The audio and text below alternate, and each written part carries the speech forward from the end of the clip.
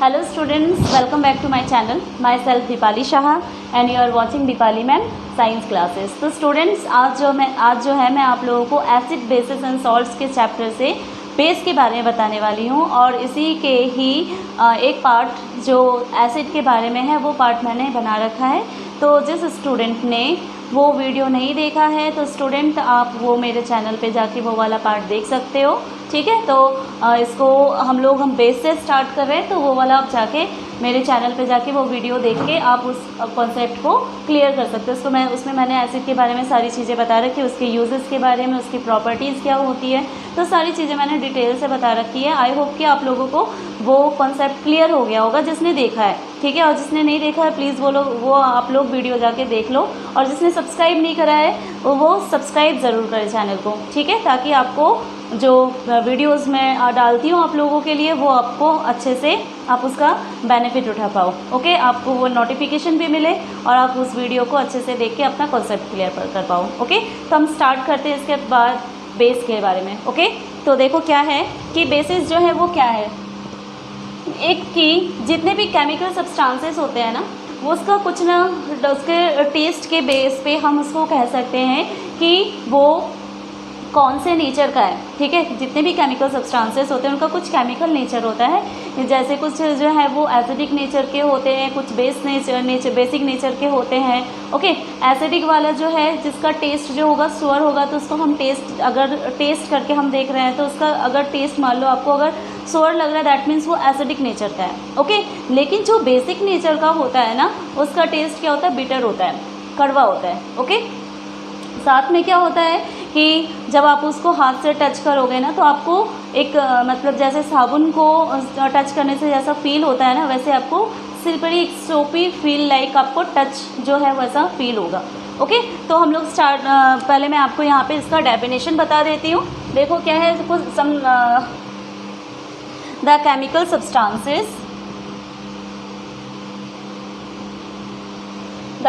substances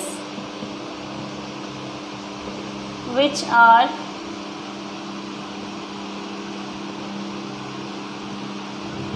bitter in taste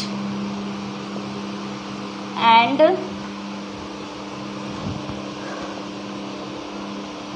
soapy to touch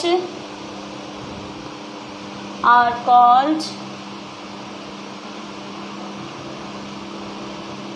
bases, okay. The chemical nature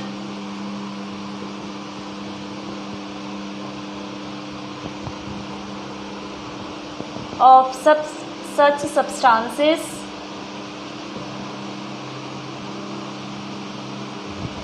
are basic, ठीक है। आपको clear है क्या होता है कि जो कुछ केमिकल सब्सटेंसेस जिसका टेस्ट बिटर होता है और सोपी टू टच होता है, मतलब कि उसको टच करने से ही अगर आपको सोपी फील होता है तो वो क्या होता है, उसको हम लोग बेस कहते हैं। और ऐसे सब्सटेंसेस का नेचर जो है, केमिकल नेचर जो है वो क्या होता है, बेसिक होता है, ओके।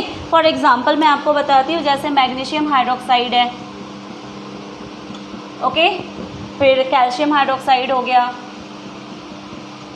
सोडियम हाइड्रोक्साइड हो गया, तो ये सारे जो है एक्सेट्रा, तो ये सारे जो मैं आपको बता रही हूँ ये क्या है, बेस, ठीक है। ये सारे क्या होते हैं, बेस होते हैं, इनका नेचर जो है ये बेसिक होता है, okay.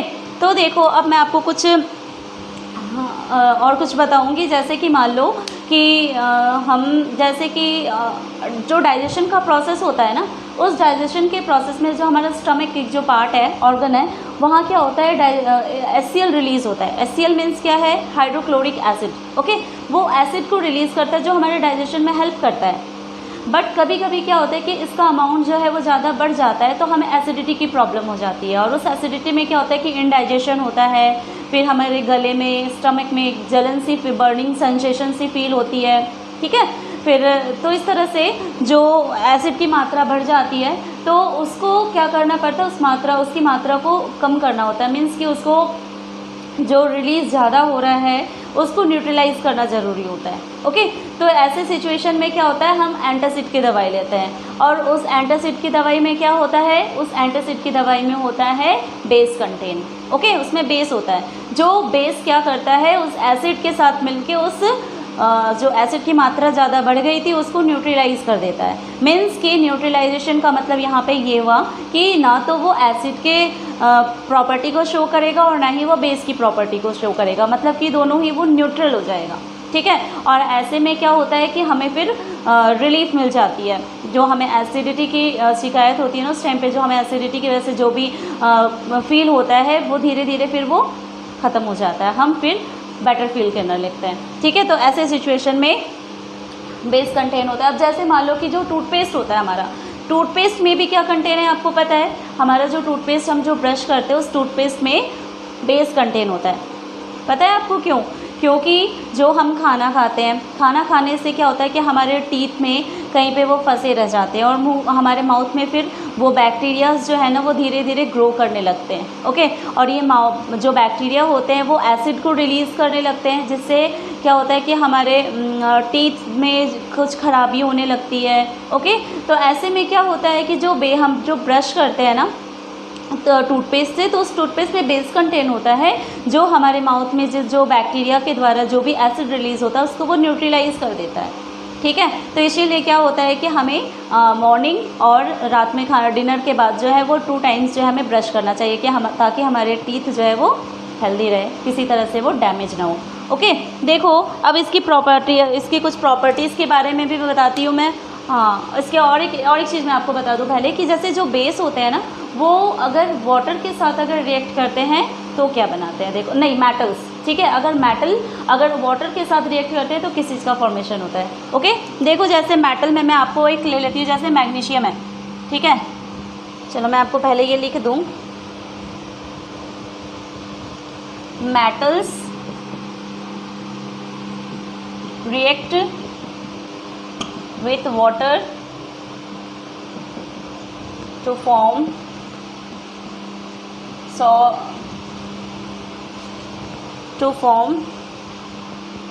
metal hydroxide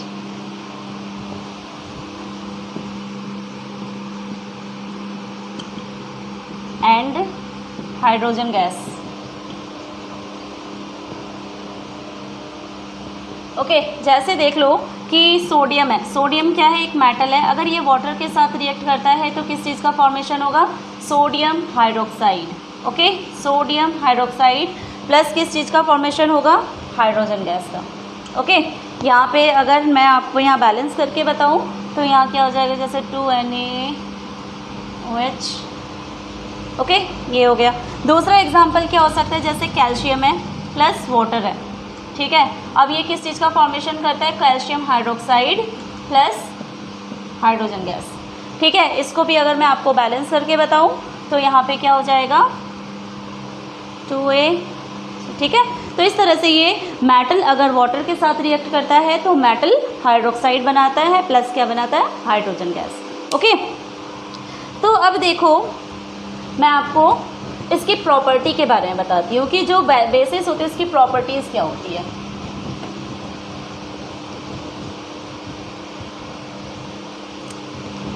properties of basis.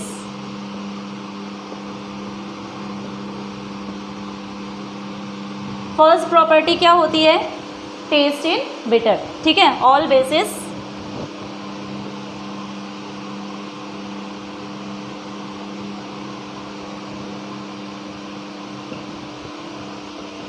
ठीक है, जितने भी बेस होते हैं उसका टेस्ट जो है वो बिटर होता है। ठीक है, अब इसमें कुछ बेसिस जो है ना वाटर में सॉल्यूबल है, बट कुछ बेसिस जो है वो वाटर में सॉल्यूबल नहीं होते हैं।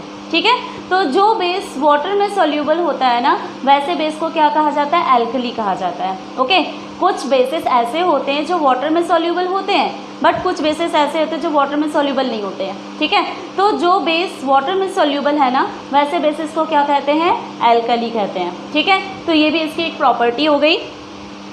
सम bases are soluble in water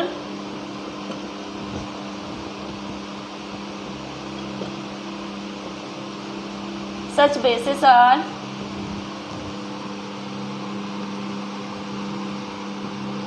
called as alkali. Okay, third part क्या हो जाएगा कि जो इसका जो एक्वस सोल्यूशन होता है ना बेस का, वो गुड कंडक्टर ऑफ इलेक्ट्रिसिटी होता है. ठीक है,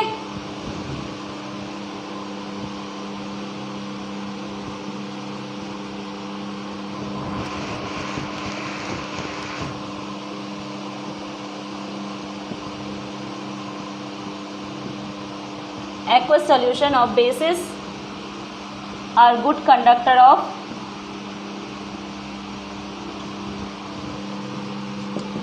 इलेक्ट्रिसिटी. ठीक है, और एक चीज़ कि जो इंडिकेटर होता है, जैसे कि एसिड में मैंने आपको बताया था ना कि जो लिटमस पेपर होता है वो दो तरह के होते हैं, एक होता है रेड लिटमस पेपर और एक होता है ब्लू लिटमस पेपर. तो जो एसिड होता है उसमें मैंने आपको क्या बताया था कि जो अगर ब्लू लिटमस पेपर को उस पर हम डिप करते हैं और उसका कलर रेड हो जाता है, दैट मीन्स उसका नेचर जो एक सैंपल जो हमने लिया हुआ था वो क्या होगा, एसिडिक नेचर का होगा. लेकिन अगर हम यहाँ पे हमें बेस का चेक करना, उसका टेस्ट करना है, तो उसके लिए हमें क्या करना पड़ेगा, हम रेड लिटमस पेपर लेंगे. ओके, और अगर रेड लिटमस पेपर का कलर ब्लू हो जाता है, दैट मीन्स कि वो सब्सटेंस जो होगा वो क्या होगा, बेसिक नेचर का होगा. ओके, तो रेड लिटमस पेपर टर्न्स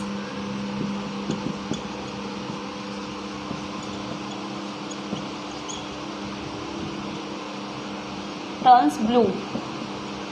ठीक है, ये भी इसकी प्रॉपर्टी हो गई. इसके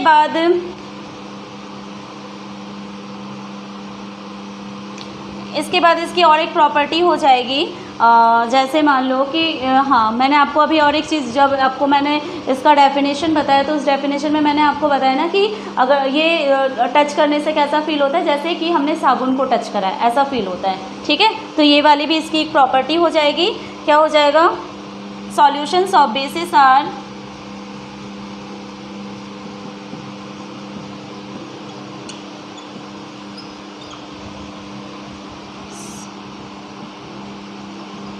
soapy और slippery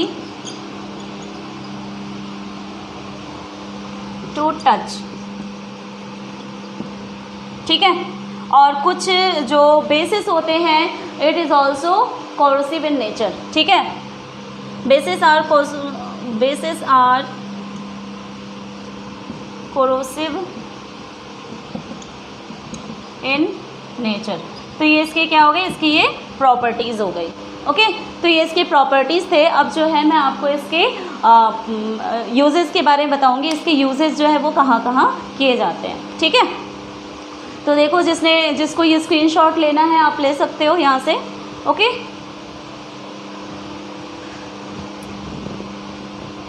तो अब मैं आपको इसके यूजेस के बारे में बताऊंगी कि इसके यूजेस जो है वो कहाँ कहाँ किए जाते हैं.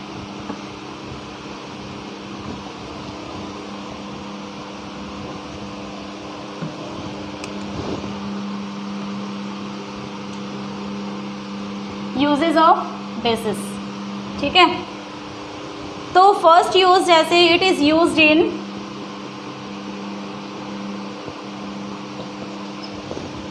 Used in soap, plastics and paper industry. ये जो है ना वो कहाँ कहाँ यूज़ किए जाते हैं, साबुन बनाने में, प्लास्टिक बनाने में, पेपर बनाने में, है ना. इसके बेसिस जो है वो यूज़ किए जाते हैं, मीन्स उसके इंडस्ट्रीज़ में जो है वो यूज़ किए जाते हैं, पेपर इंडस्ट्रीज़. सेकेंड यूज़ क्या हो जाएगा, it is used in making of rayon. Rayon जो है, जैसे आपको पता है ना कि वो एक थ्रेड जो एक सिंथेटिक फाइबर होता है, तो उस सिंथेटिक फाइबर को बनाने में एक तरह से ये बेसिस जो है वो यूज़ किया था. और वो बेस कौन सा होता है, वो बेस होता है आपका कास्टिक सोडा, मीन्स कि sodium hydroxide. Sodium hydroxide is used to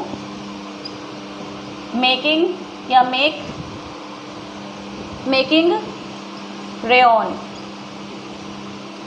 ठीक है, फिर it is It is used to making fertilizers, synthetic fertilizers, making synthetic fertilizers। फिर फोर्थ हो जाएगा कि इसको एक तरह से न्यूट्रलाइज करने के लिए भी यूज़ किया जाता है। अगर कहीं पे मान लो सॉइल में अगर एसिड की मात्रा बढ़ जाती है तो वहाँ पे प्लांट्स जो है वो ग्रो नहीं कर पाते, ठीक है। अगर मान लो कि सॉइल है और उस सॉइल में अगर एसिड की मात्रा बढ़ जाती है तो जो प्लांट्स होते हैं वो ग्रो नहीं कर पाते हैं। तो ऐसे में क्या होता है कि वहाँ पे बेस मिलाया जाता है और उस बेस को मिलाने से क्या होता है कि वहाँ पे जो एसिड की मात्रा थी वो न्यूट्रलाइज हो जाता है और न्यूट्रलाइज होने की वजह से वहाँ पे क्या किस चीज़ का फॉर्मेशन होगा, सॉल्ट एंड वाटर का, ठीक है। सॉल्ट एंड वाटर का फॉर्मेशन होता है और साथ में प्लांट्स जो है वो फिर से अपने तरीके से आराम से फिर से वो ग्रो करने लगते हैं। इसमें कोई भी ऑब्स्ट्रक्शन नहीं आती उसकी ग्रोथ में, ओके। तो it is also use to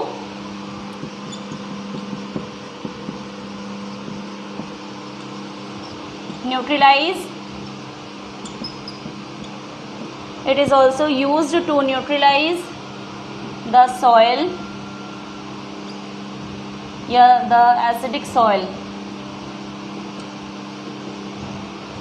ठीक है, ये हो गया। फिर इट इज़ यूज्ड टू, या magnesium hydroxide is, magnesium hydroxide मैं आपको प्रॉपर नाम लिख देती हूँ, जैसे magnesium hydroxide is used to make antacids, ठीक है। एंटासिड्स को बनाने में यूज़ किया जाता है। और एग्जाम्पल जैसे हो जाएगा जैसे विंडो पेन, या घर पे जैसे हमारे कुछ जो चीज़ें जैसे विंडो हो गया या हमारा जो टेलीविज़न होता है, अलमारी होता है, फ्रीज होता है, उसको भी साफ़ करने के लिए अमोनियम हाइड्रोक्साइड जो है उसको यूज़ किया जाता है। जो अमोनियम हाइड्रोक्साइड जो है वो भी क्या है, एक तरह का बेस होता है, ठीक है। तो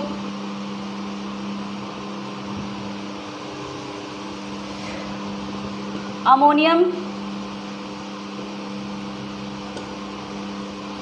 hydroxide NH4OH is used to clean window pane, ठीक है। तो ये सारे जो है इसके क्या है, यूजेस हैं। और भी बहुत सारे यूजेस हैं बट इतना आपके लिए इनफ है, ओके। तो इतना यूजेस जो है आप लोग ये ध्यान रखना कि इसके यूजेस क्या क्या होते हैं। तो हमारा जो बेस वाला जो टॉपिक था यहाँ पे ये आपका कंप्लीट हो जाता है। मैं आपको अब इंडिकेटर्स के बारे में बताऊँगी कि इंडिकेटर्स जो है वो क्या होते हैं, ठीक है। देखो इंडिकेटर्स जो है ना, अब जो भी सब्सटेंस होता है हर चीज़ को हम टेस्ट करके, जैसे मैंने आपको यहाँ पे टेस्ट वाला बताया, तो हर एक चीज़ को टेस्ट करना जो है ये पॉसिबल नहीं है ना। उसमें कुछ पॉइजनस भी हो सकते हैं, जो अगर हम किसी पॉइजन को अगर हम लोग टेस्ट कर लेते हैं तो उससे क्या होगा, हमें हानि पहुंचेगा, हमारी डेथ भी हो सकती है ना। तो ऐसे सिचुएशन में, ऐसे कंडीशन में हम क्या कर सकते हैं, हर एक चीज़ को हम टेस्ट करके नहीं बता सकते कि वो सब्सटेंस जो है वो किस नेचर का है, एसिडिक नेचर है या बेसिक नेचर है। तो ऐसे में क्या होता है कि कुछ इंडिकेटर्स यूज़ किए जाते हैं और उस इंडिकेटर से हम आइडेंटिफाई कर सकते हैं कि उस सब्सटेंस का नेचर जो है वो क्या है, एसिडिक है या बेसिक है, ठीक है। तो ऐसे जो इंडिकेटर्स होते हैं, समझ में आ गया कि जो मोस्ट कॉमन इंडिकेटर है वो क्या है, indicators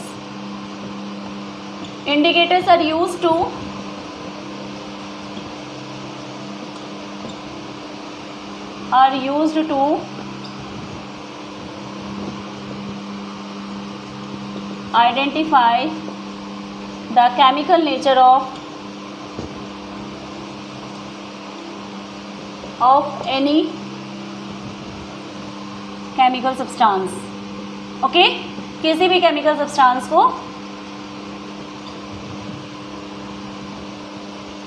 because testing is not possible, है ना, हर किसी को टेस्ट करना पॉसिबल नहीं है।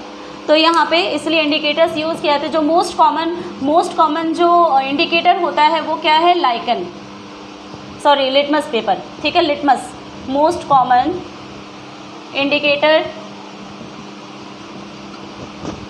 Is litmus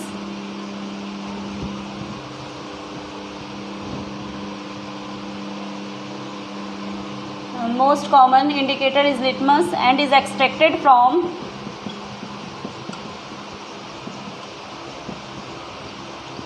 from lichen. Lichen जो है ये भी एक तरह का ऑर्गेनिज्म ही है, ठीक है, जो इसी से ही क्या होता है कि लिटमस पेपर जो है वो बनाया जाता है, ठीक है, इसी से ही एक्सट्रैक्ट करके बनाया जाता है। तो ये लिटमस पेपर जो है मैंने आपको जैसे ऑलरेडी बता रखा है कि ये 2 टाइप्स के होते हैं, एक रेड होता है और एक ब्लू होता है। रेड को हम लोग रेड वाला लिटमस पेपर जो है वो किसी सब्सटेंस के बेसिक नेचर को आइडेंटिफाई करने के लिए यूज़ किया जाता है, और जो ब्लू वाला है उसको यूज़ किया जाता है किसी सब्सटेंस के एसिडिक नेचर को आइडेंटिफाई करने के लिए। ओके, तो ये 2 तरह के जो इंडिकेटर होते हैं ये हैं। बाकी कुछ इंडिकेटर्स जो है ना वो नेचुरल इंडिकेटर्स भी हैं, ठीक है। कुछ इंडिकेटर्स जो है वो नेचुरल इंडिकेटर्स, जैसे कि टर्मरिक हो गया। टर्मरिक क्या है, एक नेचुरल इंडिकेटर है। फिर जो एक पर्पल कलर का जो कैबेज आता है वो भी एक क्या है, वो भी एक तरह का नेचुरल इंडिकेटर हो गया। ओके, जैसे कि मान लो जैसे टर्मरिक वाला मैं आपको बताऊं, जैसे हल्दी है, ठीक है। अगर मान लो कि आपके कपड़े में किसी तरह से अगर खाना खाते हुए अगर सब्जी गिर जाती है तो वहाँ पे कलर जो है वो क्या हो जाता है, उसका कलर हो जाता है येलो। ओके, जब उसको आप साबुन से धोओगे ना तो वो साबुन में क्या होता है, बेस कंटेन होता है, ठीक है।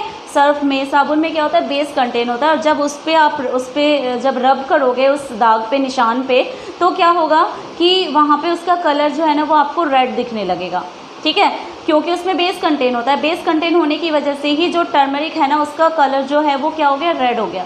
लेकिन अगर आप उसमें एसिड मिलाओगे तो उसका कलर क्या होगा, येलो ही रहेगा, ठीक है, वो टर्न नहीं होगा किसी भी कलर में।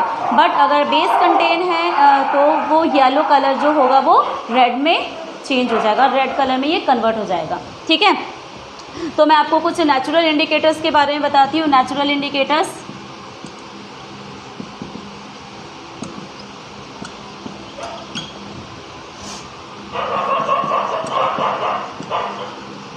टर्मरिक हो गया, चाइना रोज़ हो गया। चाइना रोज़ के जो पेटल्स होते हैं, चाइना रोज़ पेटल्स, ठीक है, जो गुड़हल का फूल होता है उसके जो पेटल्स होते हैं उसको भी एक तरह से इंडिकेटर के रूप में यूज़ किया जाता है, ठीक है।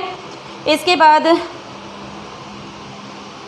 टर्मरिक हो गया, चाइना रोज़ हो गया। इसके बाद आप ले सकते हो जैसे पर्पल कैबेज, ठीक है। अब जो मैंने आपको क्या बताया कि जो यहाँ पे जो सब्सटेंसेस होंगे ना, या बीट रूट भी आपका एक एग्जांपल हो सकता है। बीट रूट इंडिकेटर्स में देखो, मैं यहाँ पे एसिड का कलर क्या होगा और बेस का कलर क्या हो जाएगा, ये देखो। अगर टर्मरिक है, ठीक है, टर्मरिक जो होगा अगर एसिड उसमें मिलाओगे तो आप इसका कलर जो होगा वो येलो ही रहेगा, और जो बेस होगा उसका कलर क्या हो जाएगा, रेड हो जाएगा, ठीक है। जो चाइना रोज़ पेटल्स है इसको एसिड में अगर मिला जाएगा तो इसका कलर जो है मैजेंटा कलर में हो जाएगा, और इसका कलर जो होगा बेस वाला वो ग्रीन हो जाएगा, ठीक है। जो पर्पल कैबेज होता है उसका कलर जो होगा यहाँ पर रेड हो जाएगा, और इधर वाले में क्या हो जाएगा, ग्रीन हो जाएगा, ठीक है। इसी तरह से बीट रूट में भी आप क्या देखोगे कि इसका कलर जो है रेड हो जाएगा एसिड को अगर एसिड कंटेन करोगे तो, और बेस कंटेन करोगे तो इसका कलर जो है वो ग्रीन हो जाएगा। तो इस तरह से ये जो है ये कुछ नेचुरल इंडिकेटर्स होते हैं जिसके थ्रू हम पता लगा सकते हैं कि कोई भी सब्सटेंस जो है उसका नेचर एसिडिक है या बेसिक है। ये इसके कुछ एग्जांपल्स मैंने आपको बताया, जैसे टर्मरिक हो गया, चाइना रोज़ पेटल्स हो गए, पर्पल कैबेज हो गया, बीट रूट हो गया, मिथाइल ऑरेंज हो गया, लिटमस हो गया। ये बहुत सारे इंडिकेटर्स होते हैं जिसके थ्रू हम किसी भी केमिकल सब्सटेंस का नेचर जो है वो आइडेंटिफाई कर सकते हैं बिना टेस्ट किए। ओके, हर किसी को टेस्ट करना चाहिए, पॉसिबल नहीं है, जैसे मैंने आपको पहले ही बताया, क्योंकि कुछ सब्सटेंसेस जो है उनका नेचर जो है वो पॉइजनस भी हो सकते हैं, है ना। तो जिस कारण से अगर उसको हम टेस्ट नहीं कर सकते तो ऐसे में इंडिकेटर्स के थ्रू हम उस सब्सटेंस के केमिकल नेचर को आइडेंटिफाई कर सकते हैं, ठीक है। तो स्टूडेंट्स, आज जो है मैं आज यहीं पर वीडियो जो है वो एंड करना चाहूँगी, और आई होप कि आप लोगों को ये कॉन्सेप्ट यहाँ तक का क्लियर हो गया होगा, और जिसको नहीं समझ में आया वो वीडियो को रिपीट करके देखो। मुझे पूरा विश्वास है कि आपको वीडियो जो है वो अच्छे से समझ में आ जाएगा, ठीक है। तो आज जो है यहीं पे मैं एंड कर रही हूँ। ओके, तो नेक्स्ट वीडियो के लिए आप लोग वेट कर